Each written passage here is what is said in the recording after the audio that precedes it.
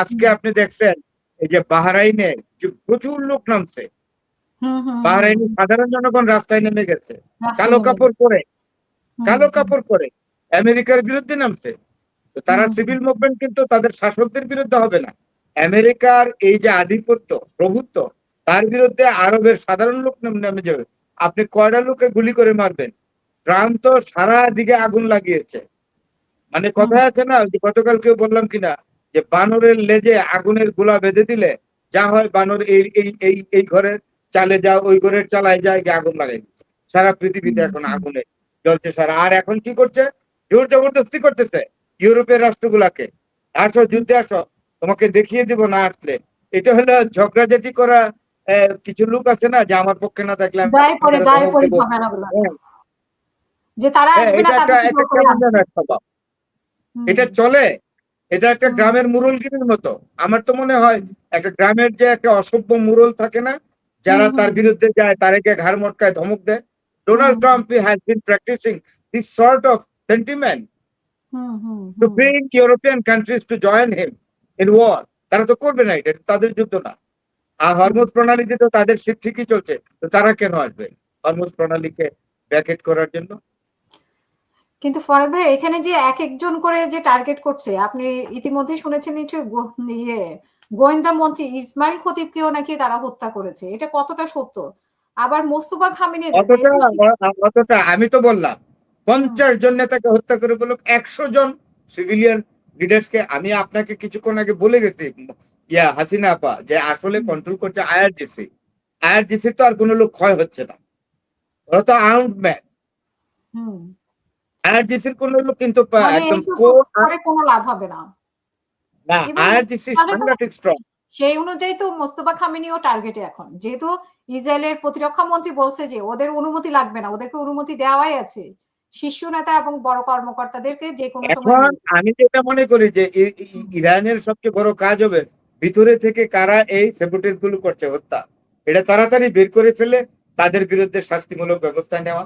আর তা আমি বলি না হত্যা, হত্যা জিনিসটা ভালো না, হুম হুম তাদেরকে হুম। কনফাইন জেলে রেখে দেওয়া হোক কিন্তু কেন তাড়াতাড়ি মানে করে তাদের ফেলে। গোয়েন্দা এত দুর্বল কেন? মানে তাদের তো ইরানের গোয়েন্দা তো আরো ইয়ে হওয়ার কথা, স্ট্রং না, হওয়ার কথা, ইরানে তাদের ইরান মধ্যে ইরানের গোয়েন্দা সংস্থাটা তো একটু দুর্বল আছে আপা, আমি এটা গুপ্ত স্বীকার করি। গুপ্ত কিভাবে ঢুকে গেছে তাদের মধ্যে? হুম, এইগুলো করে কোনো লাভ নেই। ইরানের সমস্ত জনগণ সিমেন্টেড, একদম একীভূত হয়ে গেছে। এই 10, 5, 20টা লিডার মেরে আমার মনে হয় না কোনো পরিবর্তন হবে। সবচেয়ে বড় কথা, আমেরিকার যেটা চিন্তার কারণ হলো এই, যে 70 সালের পর থেকে এই প্রথমবারের মতো তেলের দাম সর্বোচ্চ পর্যায়ে গিয়ে পড়ছে। হুম হুম তেলের হুম দামটা, oil price is very very important to determine the world economy, এবং 70 সালের পর থেকে সর্বোচ্চ পর্যায়ে তেলের দাম গিয়েছে। এটাই হলো সবচেয়ে বড় টেনশন আমেরিকা। হুম এবং হুম ডোনাল্ড ট্রাম্প আমি মনে করি যে ভালো না, একেবারে যে অত্যন্ত খারাপ, অবস্টিনেসি ভালো না, গোয়ার্তবি। ওনাকে তাড়াতাড়ি উনি যদি জনরুষে পতিত না হন আমেরিকার লোকদের, ওনার তাড়াতাড়ি দুটো পন্থা আছে, যুদ্ধ থেকে রিট্রিট করে তাড়াতাড়ি ক্ষমতা ছেড়ে দিন, উনি পারবেন না আর চালাতে।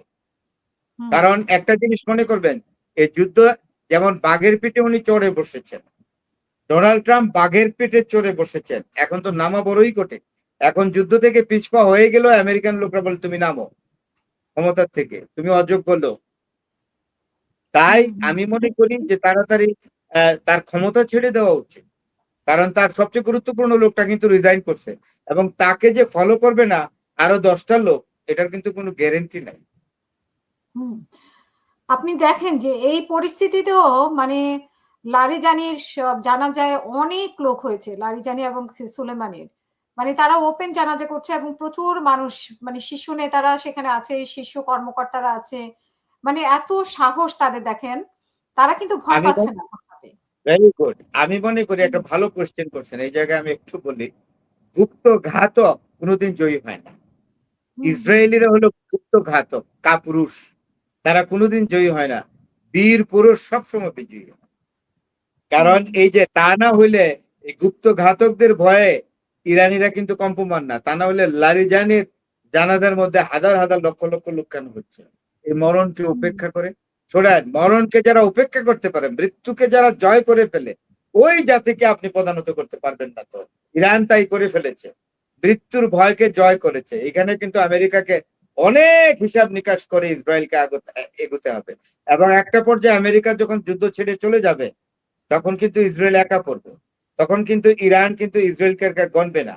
আমি আরেকটা জিনিস আপনাকে বলে দিই, আমেরিকা থেকে একজন ব্লগার নিশ্চিত হয়েই বলেছেন ইরান কিন্তু একটা ইমপ্লয়েড ডিসক্লোজার দিয়েছে একটা বিষয়ে, মানে পরোক্ষভাবে ইরান এখন স্বীকার করেছে যে আমাদের হাতে সর্বোচ্চ অস্ত্র আছে, অ্যাটম বোম।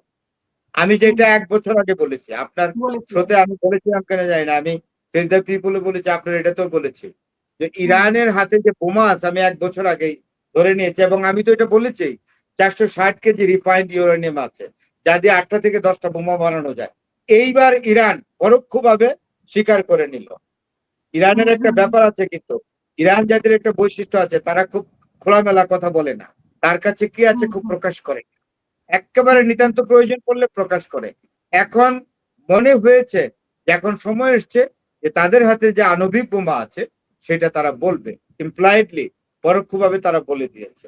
এইবার এগো, এখন ইসরায়েল ভয় দেখিয়েছে না যে অ্যাটম মারবে। এটা আমি ফৌজিয়া নাকবি নামে একজন পাকিস্তানি একজন ভদ্র মহিলা আছে, একজন অ্যানালিস্ট, ডিফেন্স অ্যানালিস্ট, উনি বলেছেন যে অ্যাটম বোমা মারবে না, আমেরিকা মারবে না, মারবে ইসরায়েল। তো সুতরাং এটা বোধহয় ইরানিরা আগে নোট করেছে, তো তারাও প্রকাশ করে দিয়েছে। It is very clear, it is very very clear যে আমাদের হাতে বোমা আছে, ট্রেড ফর ট্রেড।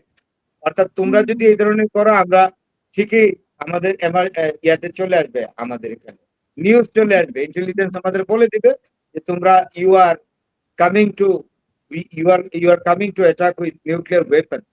তাহলে আমরাও তখন আমাদের নিউক্লিয়ার ওয়েপন্স ওপেন করব। জি।